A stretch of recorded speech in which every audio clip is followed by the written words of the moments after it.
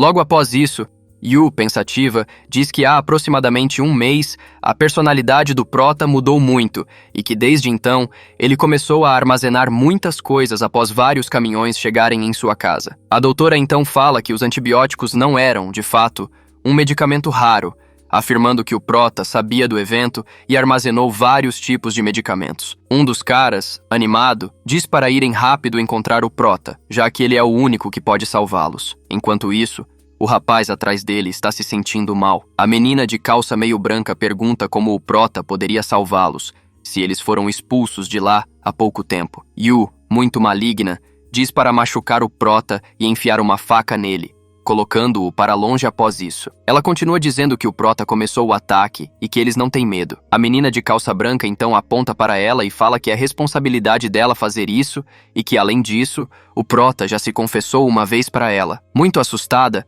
ela ainda escuta de uns dos garotos que, por culpa dela, a turma estava ferida. O cara então olha para ela e exclama que precisam viver. Yu, muito assustada, diz que tentará fazer o melhor dela. Após isso, a doutora vai retirar as flechas. Yu se vira para ligar para o Prota. Enquanto isso, os demais gritam de dor pela retirada das flechas. O Prota atende e ela diz que o rapaz morreu e que os demais estão indo pelo mesmo caminho por causa das flechas. Do outro lado da chamada, em sua casa, o Prota está cortando e preparando seu rango saboroso e diz para Yu que não pensava que eles iriam sobreviver à tempestade. Dizer que a neve selou a cidade, que o edifício se tornou uma ilha e que só sobreviverão agora. Quando os alimentos e os medicamentos acabarem, todos vão morrer de fome e congelados. Yu Ching, tentando dar um jeito, diz que ela está errada e que toda a culpa foi dela, que ela falhou em não corresponder aos sentimentos do Prota. A partir de agora, ela vai mudar e pergunta se o Prota a perdoa. Ela olha para os outros e diz que Zopeng e o restante estão morrendo porque não há medicamentos. E sabe que o Prota comprou alguns, perguntando se ele pode emprestar, prometendo que não vai mais incomodar outra vez. Logo, a outra menina, com muita raiva, pega o celular da mão de Yu Ching e diz que todos estão em situação precária e que o Prota está apenas prejudicando-os, para não ser tão maldito, pois talvez todos eles sejam úteis no futuro. Mas o Prota, todo maligno, manda eles adivinharem por que ele atira uma flecha oxigenada e, com um olhar maligno, diz que quer ver o que acontece quando ficam infectados e morrem de desespero e dor. Ele diz que os corpos dos comparsas dela ainda continuam na porta dele e que não importa o que aconteça, tudo aquilo é para sempre. E que se ele ajudar agora, o que garante que eles não façam nada por vingança? Ela então diz para o Prota, para ele não ser esse tipo de pessoa. O Prota diz que vai considerar deixar Yu Xing vir sozinha, considerando ainda o fato de ele ainda estar apaixonado por ela. Yu Xing, muito feliz, pega o celular da mão e diz ao Prota para deixá-la viver com ele, e que de agora em diante quer ser a mulher dele e fará o que ele quiser, e que serão uma equipe muito boa. Assim, o Prota então diz para ela ir logo. A Yu fica sem acreditar. E a amiga então pede para levá-la também. O Prota escuta e diz para não levar nenhuma pessoa desagradável com ela, pois ela é a única pessoa que ele ama. A Yu fica muito feliz e diz que tudo depende do Prota e faz o que ele disse. Ela então desliga e sai em direção à porta com a amiga segurando-a. Ela se irrita e larga a amiga, e fala para deixá-la ir para a casa do Prota. A outra menina, muito furiosa, a desmerece e lhe dá um tapa, dizendo que por tudo que ela causou, não pode ir simplesmente embora desse jeito. Enquanto Zopeng desacredita. Ela vira para o cara latindo como um cachorro e pergunta o que há de mais em ir buscar a felicidade e que o cara foi apenas um interesse. O homem fica bem triste e pergunta o que ela está dizendo. Ela se aproxima, olha bem para ele, alegando que quem ama deixa a pessoa ser feliz. Enquanto Zopeng fica sem acreditar no chão, a interesseira Yu fala que comparado ao Prota, ele não tem nada a oferecer. Ela então se retira e vai em direção à porta. A prima do cara a consola, e a amiga de Yu pergunta por que todos os benefícios são apenas dela e a agarra. A Yu manda ela soltar, pois ela precisa ir. Após soltar, a mesma fica triste no chão, enquanto a outra garota anuncia o caráter de Yu, alegando que ela só pensa nela mesma e que não vai escapar. Logo, a doutora, no meio dessa situação, diz que o tratamento é temporário e que é melhor se prepararem para uma possível infecção. O cara de óculos diz que tem uma maneira de lidar com o Prota. Fala como se fosse uma grande ideia,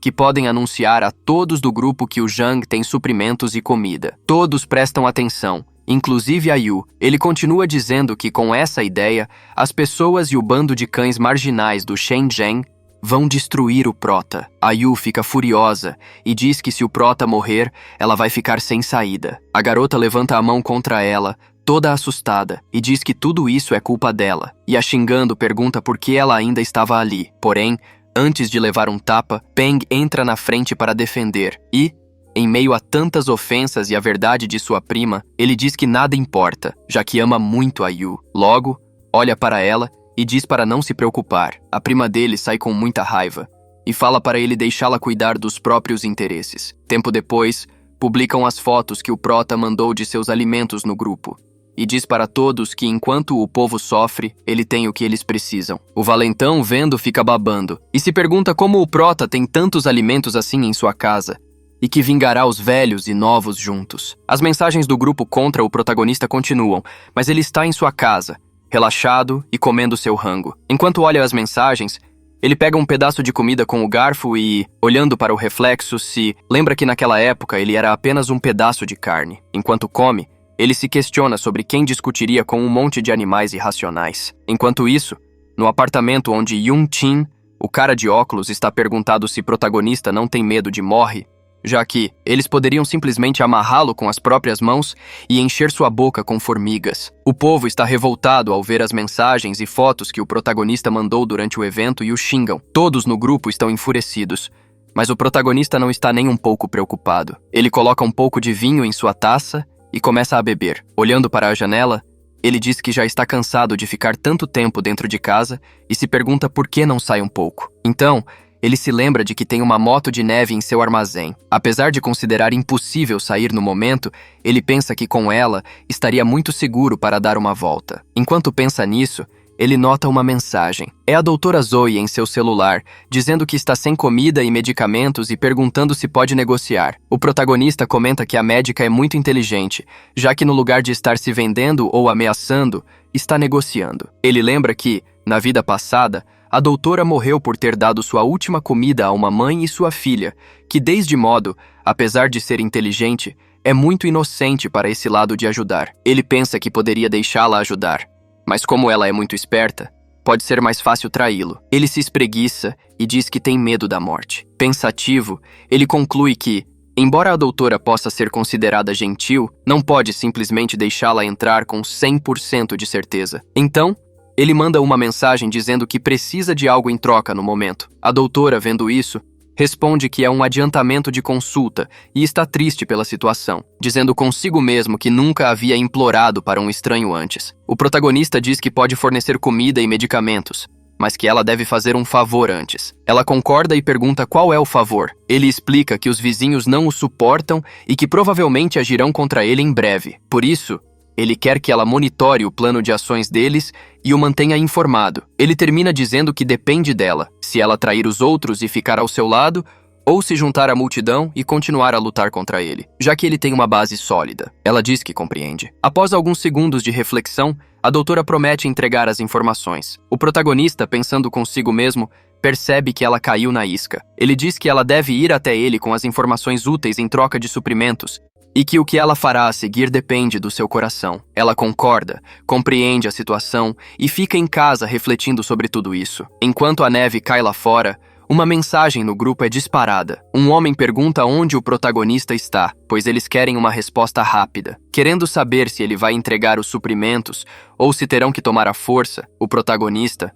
muito relaxado, responde que não dará nada e que prefere queimar tudo a deixar que eles fiquem com alguma parte. O cara de óculos, furioso, xinga o protagonista e diz que ele não para de provocar, mesmo à beira da morte, e que eles vão ver até quando o protagonista vai continuar sorrindo. Mensagens no grupo são enviadas, planejando um ataque contra o protagonista. O cara de óculos manda uma mensagem dizendo que, por enquanto, deixarão os rancores no passado e que o objetivo principal é invadir a casa do protagonista e roubar todos os suprimentos que ele tem. Ao ver isso, a doutora Zoe e o tio do protagonista dizem que precisa informar rapidamente ao Jang, pois tudo isso é uma loucura. Uma mensagem é enviada para o telefone de Jung e a doutora Zoe diz que estão planejando invadir a casa do protagonista. O protagonista, ao ver tudo isso, pega uma arma e, enquanto a doutora continua a mandar mensagens, diz que todos viram os vídeos, ficaram enlouquecidos e estão se preparando para invadir sua casa. Ele pergunta se o protagonista vai fazer alguma coisa. Ele, astuto e elaborando um plano sensacional, responde que desta vez eles se lembrarão com quem estão mexendo e que devem se preparar para o espetáculo. Algum tempo depois, os vizinhos e um grupo de marginais estão subindo as escadas, gritando o nome do protagonista. Eles entram e saem pelos corredores e escadas, pedindo para matar o vagabundo do prota, acusando-o de egoísmo e falta de empatia. Todos começam a bater na porta do protagonista, chamando-o para fora, enquanto Zhang observa tudo pelo seu tablet. O protagonista, porém, afirma que todo esse esforço é inútil, pois eles são apenas bandos de carne podre. Ele então pega seu tablet e ativa a energia eletrificada da porta. Quando um dos atacantes tenta bater, ele é eletrocutado, junto com vários outros. Eles caem no chão, com fumaça saindo deles, praticamente mortos. Muitos ficam aterrorizados e tentam fugir, mas Shengão aparece à frente e pergunta onde eles pensam que vão. O cara de óculos diz que o protagonista é apenas um animal que mata seus vizinhos e que eles precisam matá-lo para vingar os sacrifícios. A galera o observa enquanto ele faz seu discurso de revolta, dizendo que suportaram todo o frio, fome e morte, mas que tudo isso mudará quando passarem pela porta do protagonista. Eles então pegam uma grande madeira e batem na porta do protagonista, tentando arrombá-la, enquanto todos gritam que precisam matar o protagonista quando passarem pela porta. Dentro, o protagonista está tranquilo, relaxado e tomando seu vinho, perguntando quanto tempo essa bagunça vai durar. Para animar o clima, ele liga seu som. Do lado de fora, a galera, como cães raivosos, xinga e deseja a morte do protagonista. No entanto, eles acabam se cansando e caindo no chão, perguntando de que material é feita aquela porta tão forte que nem se abala. Um inspetor observa a porta e diz que é a mesma do trabalho dele. Um dos rapazes caídos pergunta o que seria necessário para derrubá-la. O inspetor explica que é uma porta de segurança de topo de linha que nem bombas conseguem destruir e que só a chave pode abrir. Mas, antes de terminar, o protagonista está do lado de dentro, apontando uma besta pela fresta da porta, e de repente atira uma flecha que acerta bem no pescoço do cara. Ele agoniza de dor, e a galera grita para tomarem cuidado, pois o protagonista está armado. Em desespero, todos saem correndo, gritando que o protagonista tem que morrer. Enquanto a maioria se retira, vários corpos e flechas ficam no chão. O cara de óculos fica e grita para a galera voltar e não terem medo.